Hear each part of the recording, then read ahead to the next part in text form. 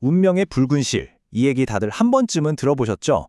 운명으로 정해진 두 사람은 보이지 않는 붉은 실로 연결되어 있다는 아주 로맨틱하면서도 강력한 믿음이잖아요.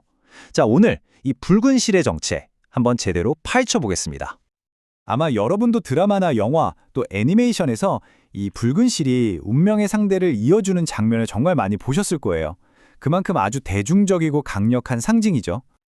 네, 맞아요. 우리가 딱 아는 그 이미지죠. 아무리 멀리 떨어져 있고 또 아무리 시간이 흘러도 결국에는 만날 수밖에 없는 두 사람. 바로 그들의 새끼손가락에 붉은 실이 단단히 묶여 있다는 거예요. 생각만 해도 정말 로맨틱하지 않나요? 자, 그럼 지금부터 이 아름다운 생각, 이 붉은 실의 실타래를 한번 같이 풀어볼까요? 그런데 말이죠. 만약에 우리가 아는 이 이야기가 전부가 아니라면요. 우리가 너무나 당연하게 생각했던 새끼손가락에 묶인 붉은 실 있잖아요. 사실 이게 거대한 이야기의 진짜 작은 한 조각이랄 뿐이라는 겁니다. 원조 이야기는요, 훨씬 더 드라마틱하고 훨씬 더 재밌습니다. 자, 그럼 시간을 한번 싹 거슬러 올라가서 이 신화가 어디서부터 시작됐는지 그 뿌리를 찾아가 보겠습니다. 모든 이야기의 시작에는요, 바로 이 월화 노인이라는 존재가 있습니다. 말 그대로 달 아래 노인이라는 뜻인데요. 이분이 바로 결혼과 운명을 관장하는 신이에요. 항상 붉은 실이 가득 담긴 포대를 메고 다니면서 사람들 인연을 맺어준다고 하죠. 이 붉은 실 신화의 원조격인 이야기가 바로 위고의 이야기입니다. 한번 들어보세요. 위고라는 젊은이가 있었는데 아내를 정말 간절하게 찾고 있었어요.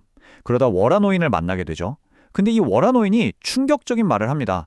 자네의 운명의 짝은 저기 있는 3살짜리 여자아이야? 라고요. 아니 이게 무슨 말이에요? 화가 머리끝까지 난 위고는 하인을 시켜서 그 아이를 죽이라고 명령합니다. 다행히 하인은 실패하고 아이의 이마에 상처만 내고 도망쳐요. 그리고 14년이라는 시간이 흐릅니다. 위고는 아름다운 여인과 결혼하게 되는데 바로 그 아내의 이마에 어릴 적 생긴 흉터가 있었던 거죠. 소름 돋지 않나요?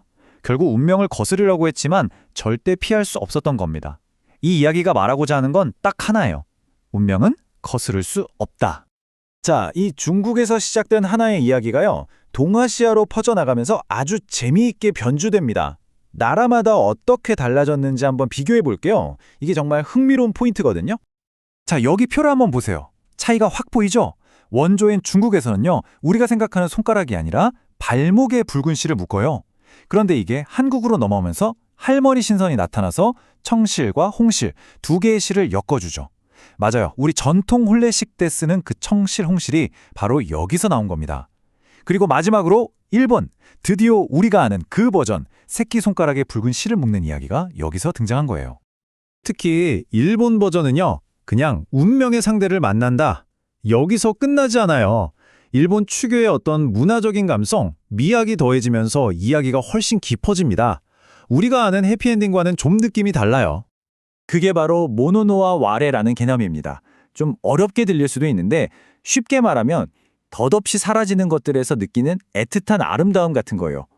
예를 들면 활짝 핀 벚꽃도 예쁘지만 바람에 흩날리며 떨어지는 그 벚꽃잎을 보면서 아름답지만 곧 사라지겠구나 하는 그 애잔한 감정, 바로 그겁니다.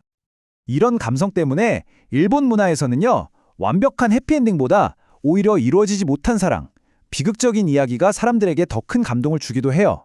그러니까 붉은 실의 진짜 아름다움은 그래서 둘이 만났대 하는 결과가 아니라 서로를 찾아 헤매는 그 과정의 애틋함, 그 찰나의 안타까움에 있다고 보는 거죠. 자, 그럼 이 운명의 붉은 실이라는 믿음이 오늘날 우리에게는 어떤 의미일까요? 이게 마냥 좋은 것만은 아닐 수도 있습니다. 물론 긍정적인 면이 있죠. 이 붉은 실이라는 믿음은 정말 큰 위로가 되거든요. 세상에 나 혼자인 것 같고 외로울 때 어딘가에 나와 이어진 운명의 상대가 있다고 생각하면 좀 덜 외롭잖아요. 언젠가 만날 수 있겠지 하는 희망도 생기고요. 하지만 바로 그 점이 위험한 함정이 될 수도 있습니다. 이 사람은 내 운명이야 라는 생각에 빠져서 힘든 광대를 놓지 못하는 경우도 많거든요. 운명이니까 이 정도 상처란 견뎌야 해 라면서 스스로의 불행을 정당화하는 거죠. 이건 정말 위험한 생각입니다. 그렇다면 우리는 이 붉은 실을 어떻게 받아들여야 할까요? 그리고 정말 중요한 질문이 하나 있습니다. 여러분의 붉은 실, 그 끝은 누가 쥐고 있나요? 맞아요. 붉은 실은 정말 아름다운 상징이에요. 우리가 어떻게든 서로 연결되고 싶어하는 마음이 만들어낸 희망 같은 거죠. 설명할 수 없는 강한 끌림, 우연한 만남, 이런 것들을 운명이라고 믿게 되면서 팍팍한 현실을 살아갈 힘을 얻기도 하니까요. 운명의 붉은 실을 믿는 건 좋아요. 아주 로맨틱하잖아요. 하지만 절대 잊지 마세요. 그 실의 다른 쪽 끝을 쥐고 당기고 때로는 과감히 놓아버릴 수 있는 힘은 바로 여러분 자신에게 있다는 걸요. 운명이란 건 어쩌면 그냥 하나의 가능성일 뿐, 그 길 위에서 어떤 선택을 하고 어떻게 걸어갈지는 결국 우리 자신의 몫이니까요.